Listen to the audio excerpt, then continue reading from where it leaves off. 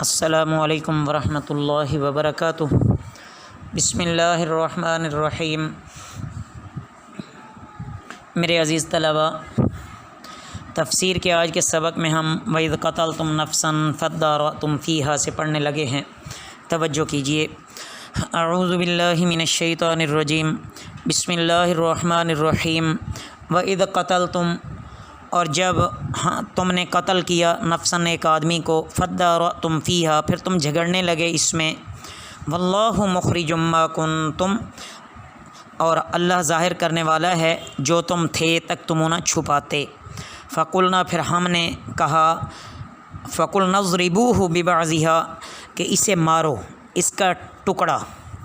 كَذَلِكَ يُحْيِي اللَّهُ الْمَوْتَى، اسی طرح زندہ کرے گا اللہ مردے کو۔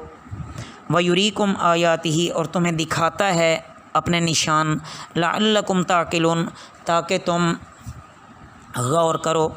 ثُمَّ قَسَتْ قُلُوبُكُمْ، پھر سخت ہو گئے تمہارے دل، مِن بَعْدِ ذَلِكَ، بعد اس کے، فَهِيَ كَالْحِجَارَةِ، سو وہ پتھر جیسے، أَوْ أَشَدُّ قَسْوَةً، یہ اس سے زیادہ سخت۔ وَإِنَّ مِنَ الْحِجَارَةِ، اور بے شک پتھر سے، لَمَا يَتَفَجَّرُ، البتہ پھوٹ نکلتی ہیں، مِنْهُ الْأَنْهَارُ، اس سے نہریں۔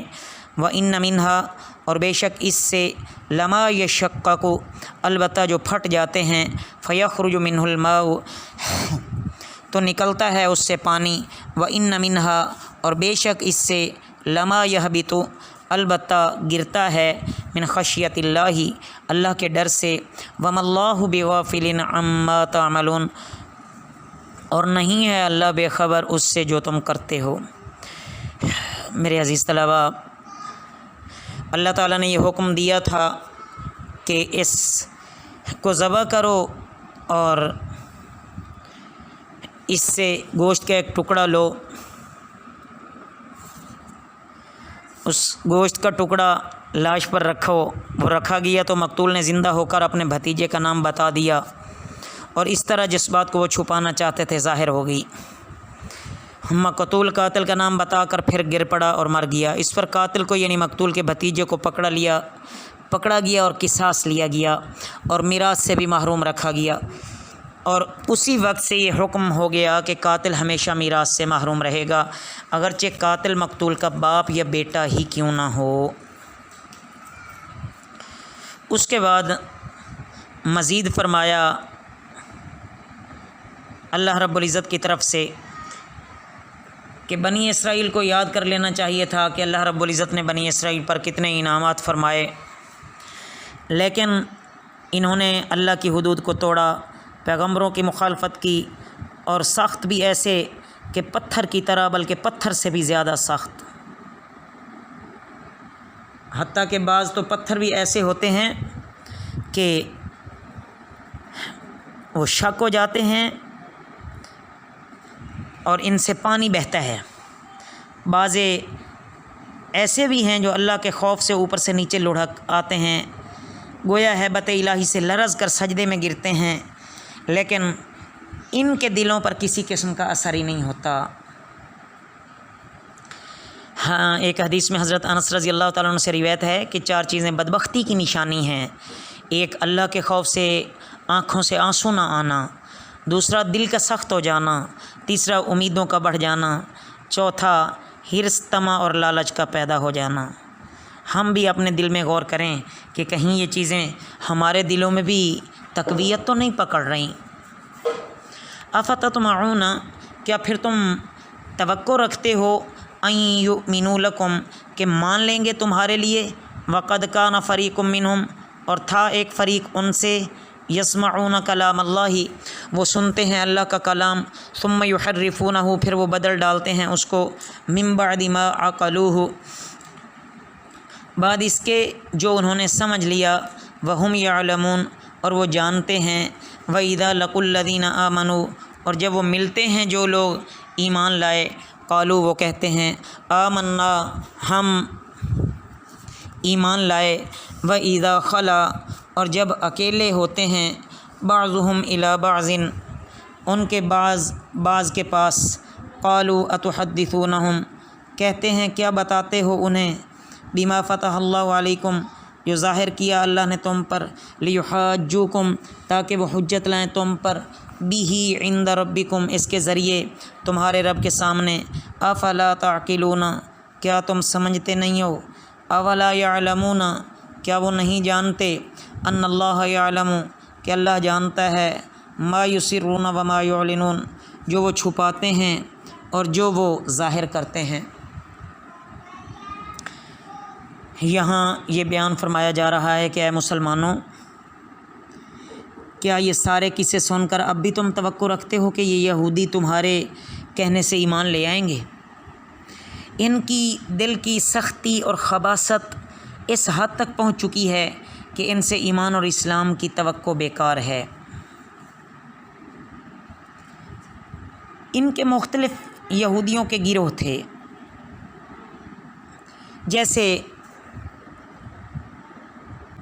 پہلا گروہ یہ کہ یہودیوں کے وہ پیشوا کہلاتے تھے، یہ اچھی طرح جانتے تھے کہ محمد الرسول اللہ صلی اللہ علیہ وسلم اللہ کے آخری رسول ہیں اور تورات میں جس آخری پیغمبر کا ذکر ہے وہ آپ ہی ہیں، لیکن نہ مانیں،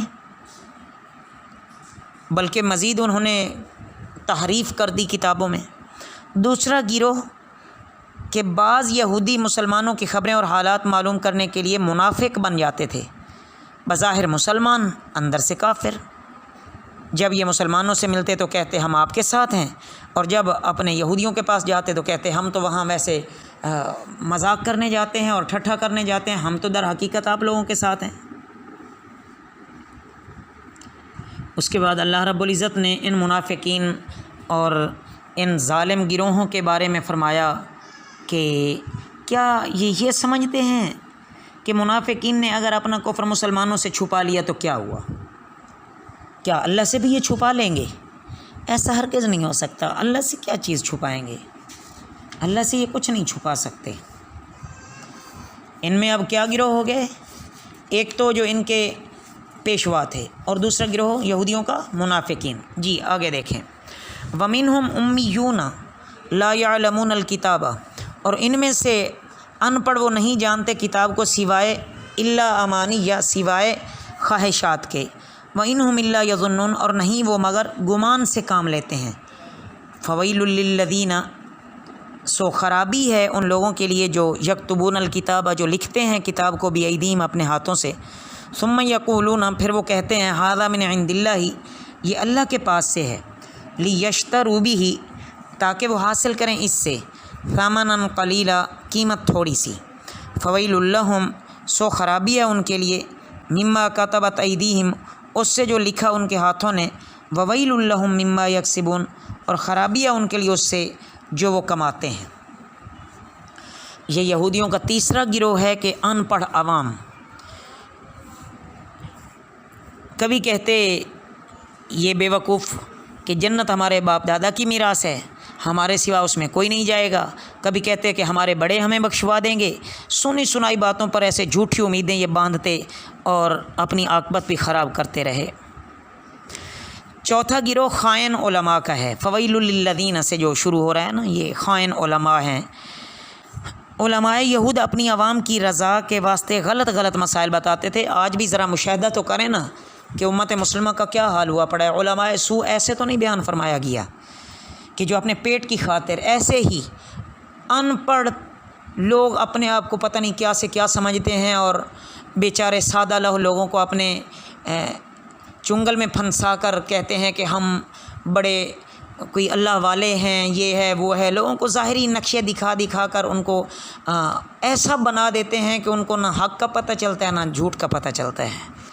اللہم احفظنا، اللہ ہمیں علماء سو سے بچائے اور ایسے لوگوں سے بھی بچائے جو بظاہر دین کا لبادہ اوڑھ کر اپنے آپ کو بڑا اللہ والا کہہ کر دین کو بھی بدنام کرنے کی کوشش کر رہے ہیں۔ یہ عوام سے نذرانے لیتے تھے، معاوضے لیتے تھے، اور ان کی مرضی کے مطابق ان کو مسائل بتا دیتے تھے۔